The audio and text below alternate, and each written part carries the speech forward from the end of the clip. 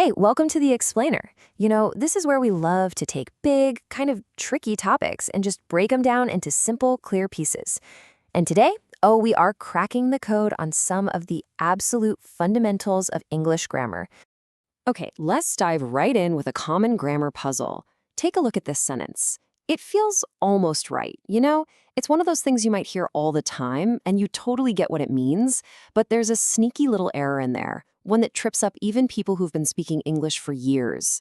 So, how do we fix this? Well, the key, and this is the best part, isn't about memorizing some huge, boring list of rules. Nope, it all comes down to understanding just one thing: the difference between a phrase and a clause.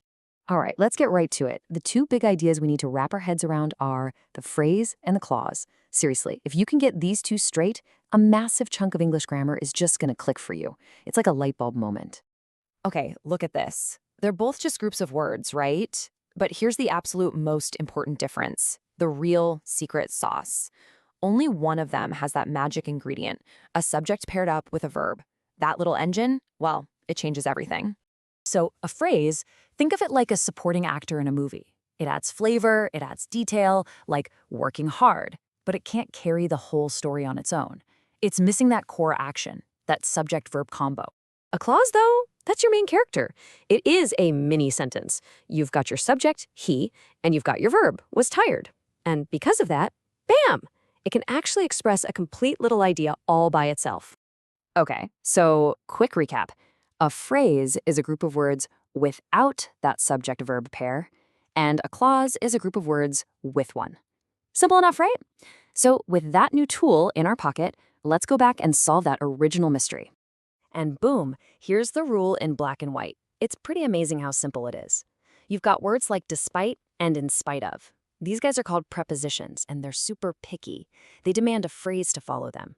Then you've got words like although and though. These are conjunctions or connecting words, and they need a full clause to work with. So now it all makes sense, right? Our original sentence was wrong because we had despite followed by he was tired. And what is he was tired? Well, it's got a subject, he, and a verb, was, so that makes it a clause. We tried to match a preposition with a clause, and grammar just says, nope, not gonna happen. But the cool thing is, we have two super easy ways to fix this. Option one, keep the clause.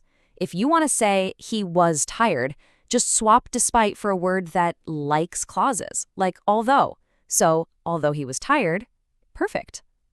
Option two, keep the preposition. If you love despite, no problem.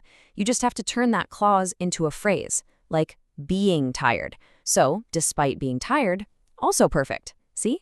Two roads to the same correct destination. Okay, so this is about more than just fixing one little grammar mistake. Once you can tell the difference between phrases and clauses, you unlock something way bigger. You start to see how whole sentences are actually put together from the ground up. Yeah, the best way I can think to explain this is with Legos. A clause is like one of those solid, useful Lego bricks. It's a single, self-contained piece with a subject and a verb. It has a function. In a sentence, that's the cool thing you build with those bricks. It could be a really simple little car made from just one brick, or it could be a giant, awesome spaceship built by connecting a bunch of them together. Either way, it's the finished product. It's the complete thought.